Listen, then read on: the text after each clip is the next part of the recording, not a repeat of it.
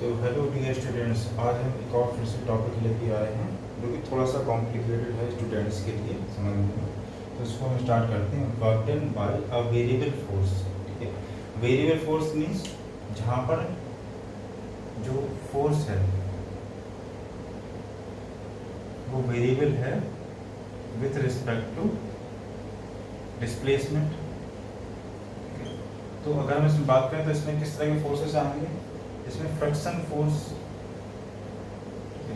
अगर हम बात करें work done by the friction force, तो इस तरह के फोर्स हैं जो डिस्प्लेसमेंट के अलावा वेरी करते रहते हैं। ठीक, हाँ। फिर देखते हैं यहाँ पर जो एफ एक्स है। ठीक है, एफ एक्स यहाँ पर फोर्स है जिसका वेरिएशन हो रहा है डिस्प्लेसमेंट के अलावा। इस तरह से यहाँ पर बढ़ता हुआ और फिर यहाँ पर।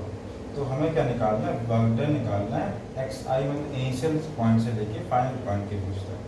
ठीक है, तो अगर हम बात करें कि ये यहाँ से लेके यहाँ तक का अगर एरिया की बात करें तो ये जो एरिया होगा that is work done by this variable force. तो एक्चुअली हम इसको कैलकुलेट कैसे करें? ठीक है, अगर ये कांस्टेंट फोर्स के लिए होता तो हम इसको डायरेक्टली इस तरह से कांस्टेंट फोर्स, तो 0 से लेके यहाँ पर 5 मीटर इस ट्रायंगल का एरिया निकाल लेते हैं।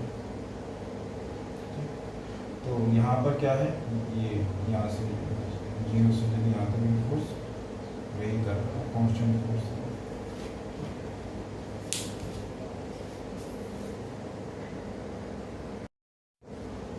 तो इस कंडीशन में अगर हम बात करें कि ये जो छोटे इस पूरे यहाँ से लेके यहाँ तक का जो पार्ट है इसको हम छोटे छोटे रेक्टेंगुलर स्ट्रिप में इस तरह से काट सकते हैं। ठीक है, और अब हमें क्या करना है, इन रेक्टेंगुलर स्ट्रिप का एरिया निकालना है। ठीक है, अब अगर कोई इस तरह से फाइनाइट शेप होता तो इसमें यहाँ पर उसका एरिया हम निकाल लेते। अगर हमें एफ एक्स और डिस्प्लेसमेंट के बीच में ऐसा ग्राफ निकला है तो हम इजीली यहाँ पर इसका एरिया निकाल सकते हैं, रेक्टेंगल के एरिया, ट्रायंगल के एरिया से। लेकिन इस कंडीशन में क्या किया जाए? तो इस कंडीशन में क्या करना है, इनिशियल डिस्प्लेसमेंट और फाइनल डिस्प्लेसमेंट। तो वर्क डन जो है, वर्क डन इक्वल टू ये जो अगर हम बात करें कि छोटा सा जो इस रेक्टेंगुलर स्ट्रिप की बात करें केवल इसकी एक स्ट्रिप के देखें, तो इस स्ट्रिप में अगर हम यहाँ पर बात करें तो यहाँ पर क्या फोर्स होगा, एफ एक्स। तो इसकी लेंथ इंटू ब्रेड्थ ये हमने यहाँ पर एक स्मॉल डिस्प्लेसमेंट के लिए निकाल लिया। अब ऐसे करके हमें क्या करना पड़ेगा, ये सारी जो रेक्टेंगुलर स्ट्रिप आ रही तो इनको हमें एडिशन करना पड़ेगा। तो यहाँ पर इन सबको जो हम ऐड करेंगे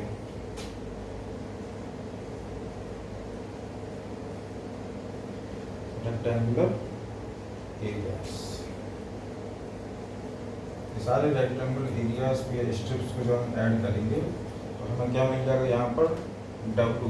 W मतलब ये होल एरिया मिल जाएगा, that is equal to summation of X I to X F, initial displacement से फाइनल डिस्प्लेसमेंट। और हमें इस तरह से एडिशन करना पड़ेगा F X dot D X. F X मतलब परपेंडिकुलर और डेल्टा एक्स मतलब, तो क्या ये एग्जैक्ट एरिया आया क्या? अगर हम बात करें एग्जैक्ट एरिया की, तो ये जो हम इस तरह से हमने इसको ड्रॉ किया है यहाँ पर, तो सारी स्ट्रिप में ये जो ऊपर वाला एरिया है ये छूटता जा रहा है इस तरह से। ये जो पट्टी बन रही रेक्टेंगल तो है नहीं, इस तरह से बन रहा है। ठीक, तो ये वाला जो एरिया है ये इस तरह से छूटता जाएगा इसमें रेक्टेंगुलर स्ट्रिप्स अगर हम इसको काटेंगे। ठीक है, रेक्टेंगुलर स्ट्रिप यहाँ पर रेक्टेंगुलर स्ट्रिप बन सकती है अगर ये कांस्टेंट हो गया, ये पैरेलल टू एक्स एक्सिस हो गया तो यहाँ पर क्या होगा, रेक्टेंगल ये बन जाएगा इस तरह से। यहाँ पर छोटे छोटे एरिया यहाँ पर छूट रहे हैं, तो हमें अगर एग्जैक्ट इसका वैल्यू निकालनी है तो हम क्या कर देंगे, यहाँ पर delta X tends to 0 for small displacement. ठीक है, इस स्ट्रिप को हम छोटा से छोटा कर देंगे। ये पतली अगर स्ट्रिप आ जाएगी तो ये वाला जो एरिया है, ऊपर वाला जो एरिया छूट रहा है वो कवर हो जाएगा। ठीक है, और वो कैसे हो सकता है, इंटीग्रेशन का यूज करके। तो work done by a variable force, तो कंप्लीट फॉर्मूला जो हमारा बनेगा इस तरह से बनेगा इस कंडीशन में हमारे पास फॉर्मूला जो निकल के आएगा, टोटल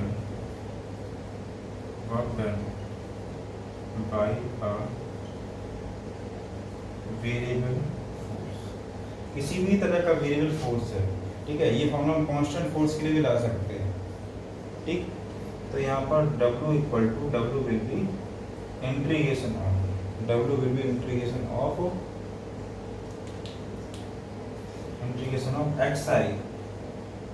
XI से XF और FX dx। ये एग्जैक्ट जो फॉर्मूला है, ये हमें यहाँ से XI से लेके इनिशियल डिस्प्लेसमेंट से फाइनल डिस्प्लेसमेंट, भले ही चाहे जीरो डिस्प्लेसमेंट से स्टार्ट हुआ हो और किसी भी तरह का फोर्स है, this formula is valid for constant as well as a variable force, ठीक है। बहुत ही इंपॉर्टेंट फॉर्मूला है, दिखने में थोड़ा सा खतरनाक हो सकता है। इनिशियल वैल्यू अगर जीरो है तो यहाँ से जीरो हो जाएगी, और यहाँ से 5 मीटर दे रखा है तो 5 हो जाएगा। FX dx, FX अगर कांस्टेंट है तो उसको बाहर निकाल लेंगे, dx की वैल्यू रख देंगे, ठीक है। इंटीग्रेशन ऑफ dx क्या होता है, x हो जाता है, तो अगर f कांस्टेंट है तो सीधे f इंटू एक्स आ जाएगा, कोई दिक्कत नहीं। अब हम देखना है इसको वर्क डन जो है, तो यहाँ पर हमें वेरिएबल फोर्स के लिए निकालना है वर्क एनर्जी को, तो kinetic energy K equal to half mv²। तो यहाँ पर हम क्या करेंगे, इसको time rate change of kinetic energy dk upon dt, d upon dt of half mv²। हमने क्या किया, जो काइनेटिक एनर्जी का फॉर्मूला होता है हाफ mv², अब हमें क्या करना है, इसकी रेट निकाल दी डी के अपॉन डी टी, तो क्या आएगा, m कांस्टेंट है तो m बाहर, d upon D T of v² क्या हो जाएगा m2v, और यहाँ पर क्या आएगा dv अपॉन dt, ठीक है। क्योंकि वेरिएबल फोर्स की बात कर रहे हैं तो यहाँ पे वेलोसिटी भी क्या होगी, चेंज होगी, तो m2v आ जाएगा जो कांस्टेंट चल रहा है, ठीक है, dv upon dt, dv upon dt क्या आएगा, from the Newton's second law,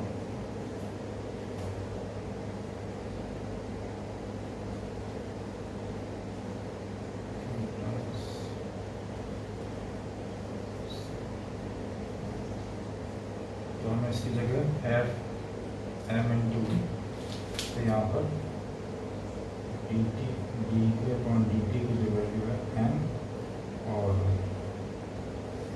v dv upon dt, इसकी जगह क्या आ जाएगा, a आ जाएगा यहाँ पर, ये वैल्यू जो है a से रिप्लेस हो जाएगी, और m इंटू a क्या होता है, f हो जाता है, तो f इंटू v आ जाएगा,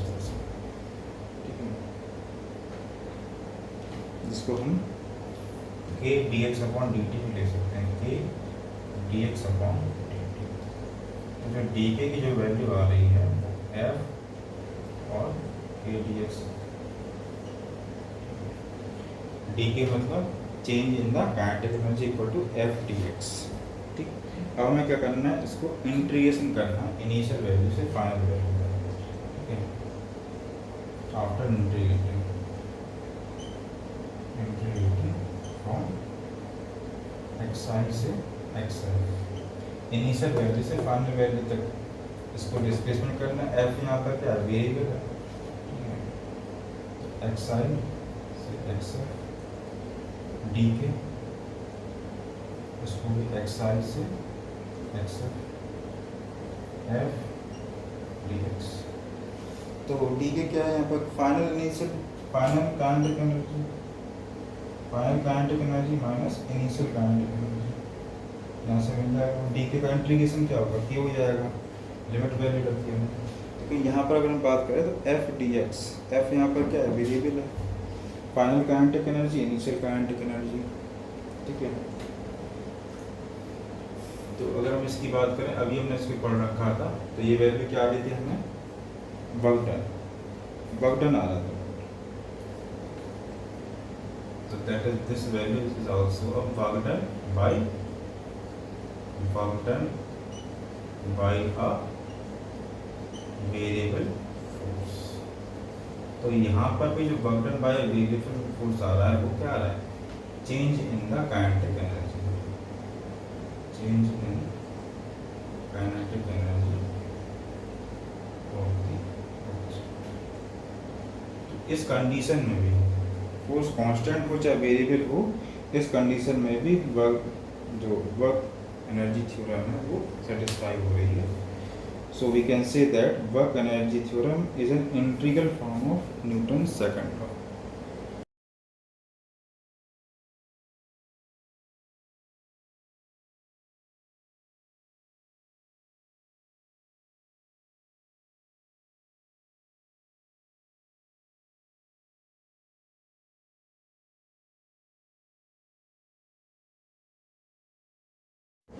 तो बहुत ही इम्पोर्टेंट स्टेटमेंट यहाँ पर निकल के आया जो कि एज इट इज एग्जाम में पूछा था असर्शन रीजन में। ये सारे जो स्टेटमेंट है ये असर्शन रीजन में आपको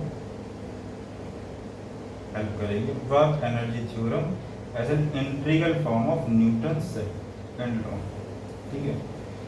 वर्क एनर्जी थ्योरम जो है वेरिएबल फोर्स वो एक्चुअली क्या है, न्यूटन का ही सेकंड लॉ है। इसके हमने छोटी सी प्रूविंग यहाँ पर की है।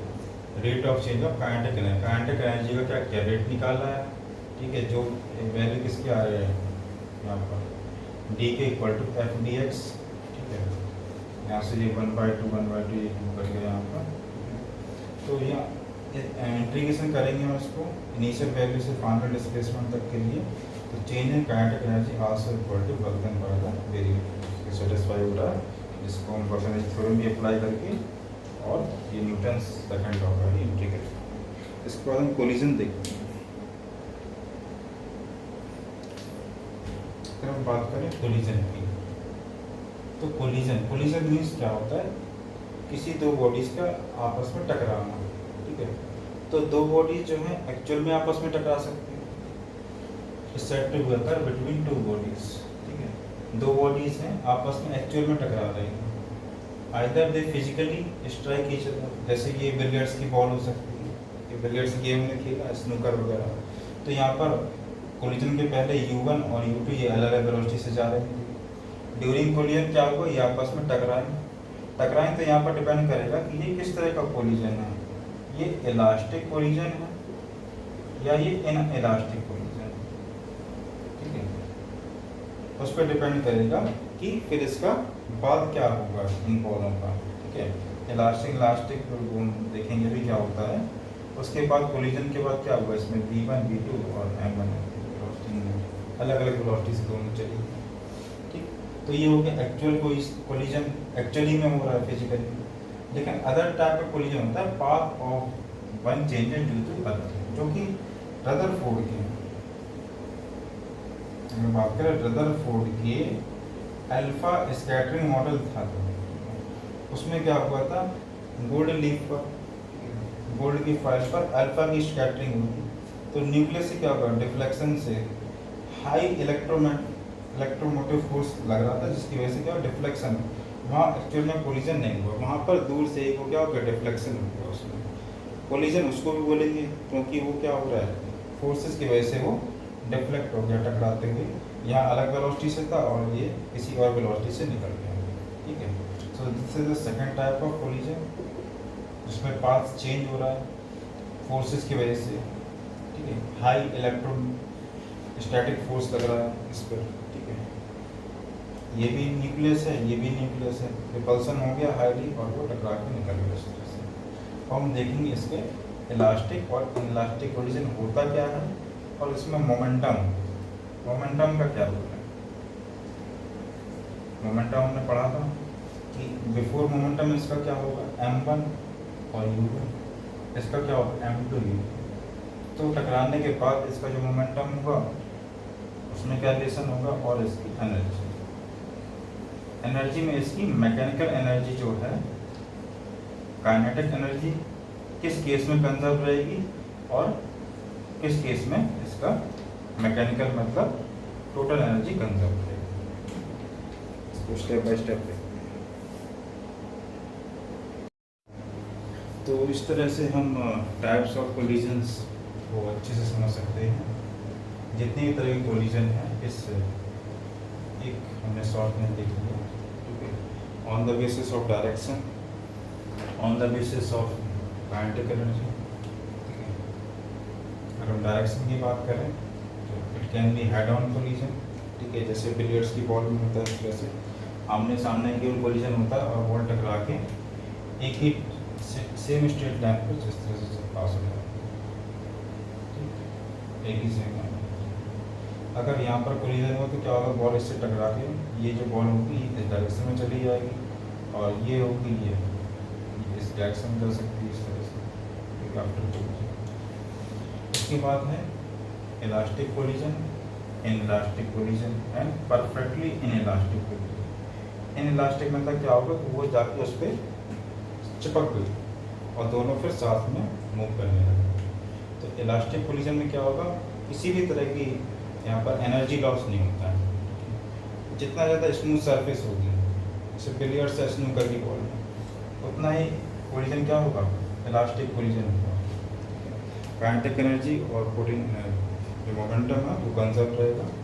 लेकिन यहाँ पर हम बात करें इनइलास्टिक कोलिजन में, तो काइनेटिक एनर्जी जो है वो सेम नहीं रहती, does not remain same, but mechanical energy जो है दोनों का जो समेशन है वो सेम रहता है इनइलास्टिक कोलिजन। तो यहाँ पर थोड़ा सा जो काइनेटिक एनर्जी है वो चेंज हो जाता है इनइलास्टिक।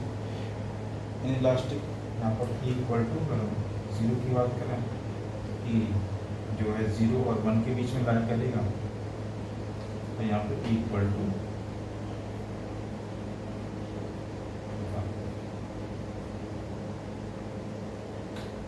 इक्वल टू 1 इलास्टिक के लिए और यहाँ पर 0।